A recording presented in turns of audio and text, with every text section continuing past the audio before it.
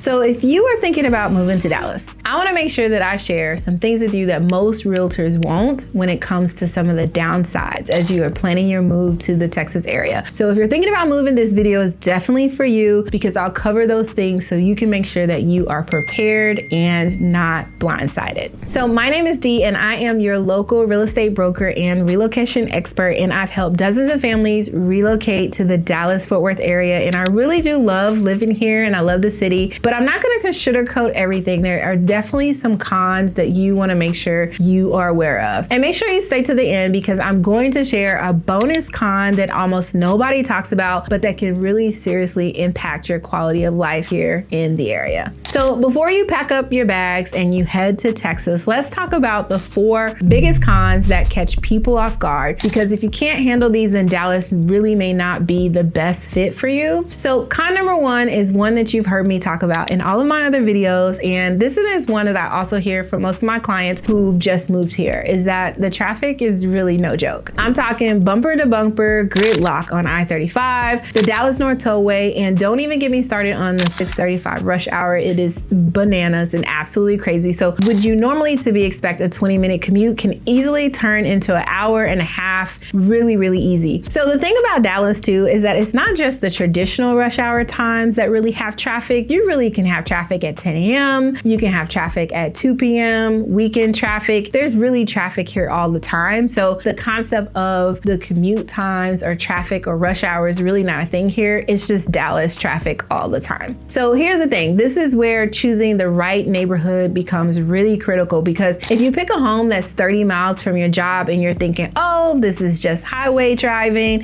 you're gonna spend most of your time in your car, because that actual 30 miles can turn into an hour pretty easily. So I had a client last year that I was helping, and they almost make this exact same mistake. They fell in love with the house that was in Keller, but they worked in Plano, and that's really a 45-mile commute each way. So we really kind of sat down, mapped it out, and we found something for them to love in McKinney instead. A really similar floor plan that really made a little bit more sense, and it cut their commute in half and saved some of their sanity. This is exactly why location strategy matters so much. So if you're moving here from out of state and you don't know the traffic patterns yet, you really want to make sure you're working with someone who does, so they can help you plan accordingly. So con number 2 is going to be our property taxes. So Texas property taxes are high, like really high. And I know you've heard that Texas has no state income tax and thought, great, I'm going to save so much money. But here's the reality. Texas makes up for that with some of the highest property taxes in the country. So we're talking an average of about 1.8% to 2.2% of your home's value every single year. So if you buy a home for $400,000, you could be looking at around $7,000 to $9,000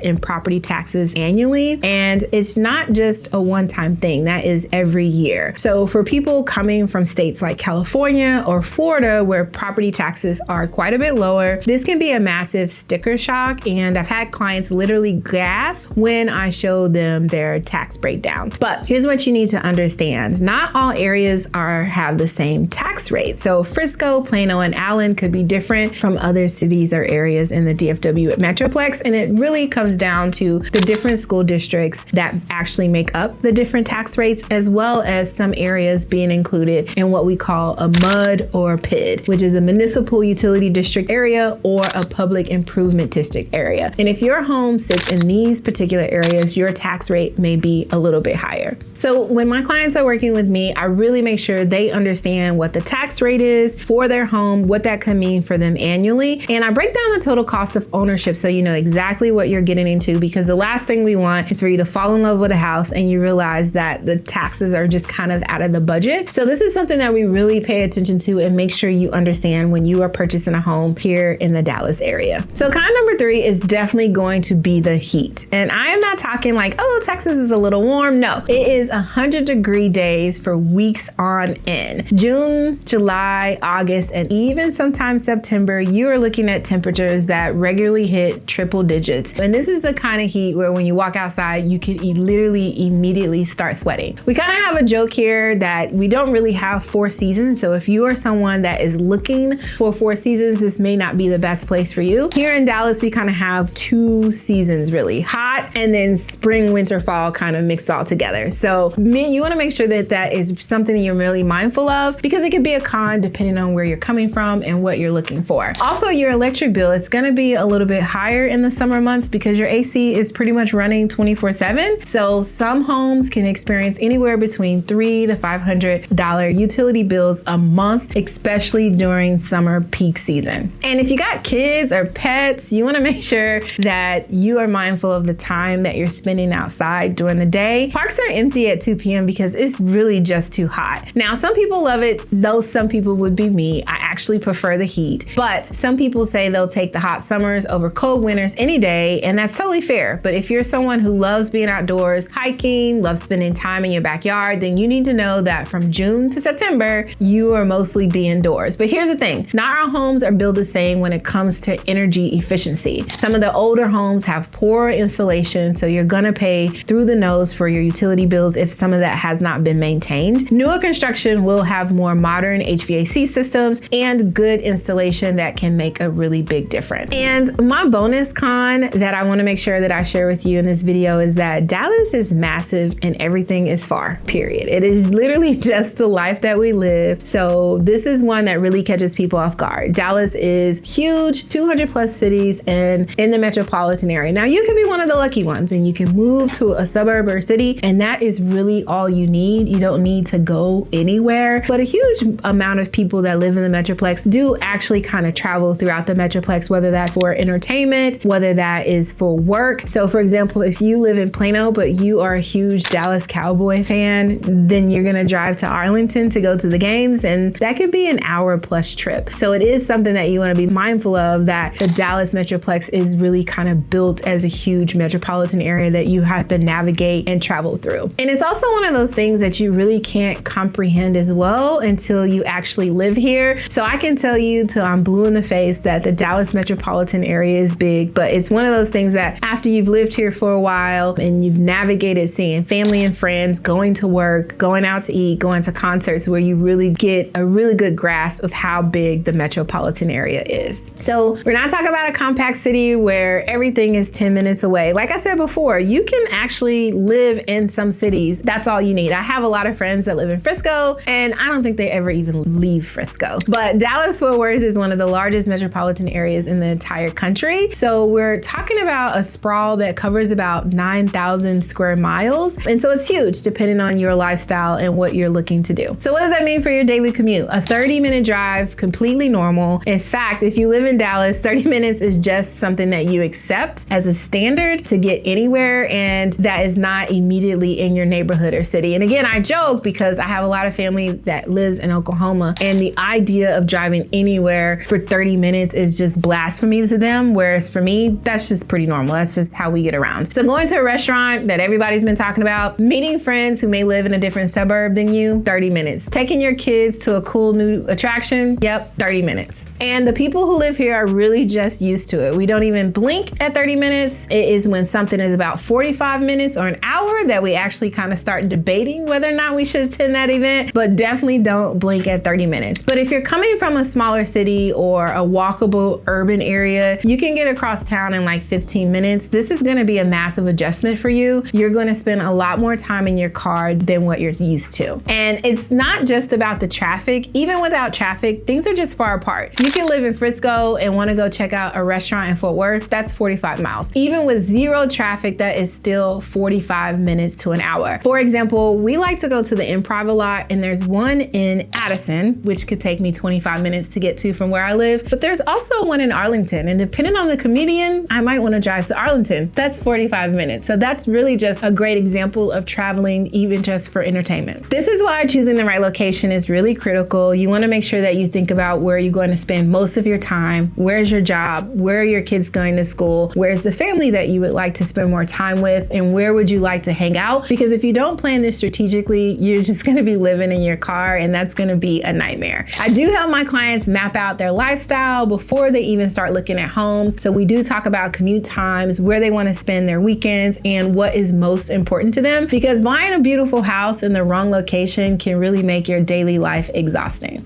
So there you have it, the 4 cons: traffic, taxes, heat, and the sheer size of Dallas. These are real things that you want to consider. They're not going away, and so if you're not prepared for them, moving to Dallas can turn into a really expensive and massive mistake. But here's the good news: with the right strategy and the right guidance, you can absolutely set yourself up for success. You can choose a neighborhood that minimizes your commute and puts you close to things that you care about. You can find areas with lower tax rates that still give you the lifestyle that you want, and you can prioritize homes that are energy efficient so that you're saving a little bit of money on your utility bills. And you can even plan your location strategically so you're not spending 2 hours a day just to get around. Considering a move to Dallas, whether it's this year or next year, let's talk. I offer free consultation calls where you can go over your specific situation, your budget, timeline, your must-haves, and I'll give you some honest advice on whether Dallas is the right fit for you and how we can make that work. You can use the link that is on my screen as well as my description box. Call me directly and we can set up a time to chat. I hope these cons really gave you some really good insight on whether or not Dallas would be a really good fit for you. And I am so glad you stayed to the end of the video, and I'll see you in the next one.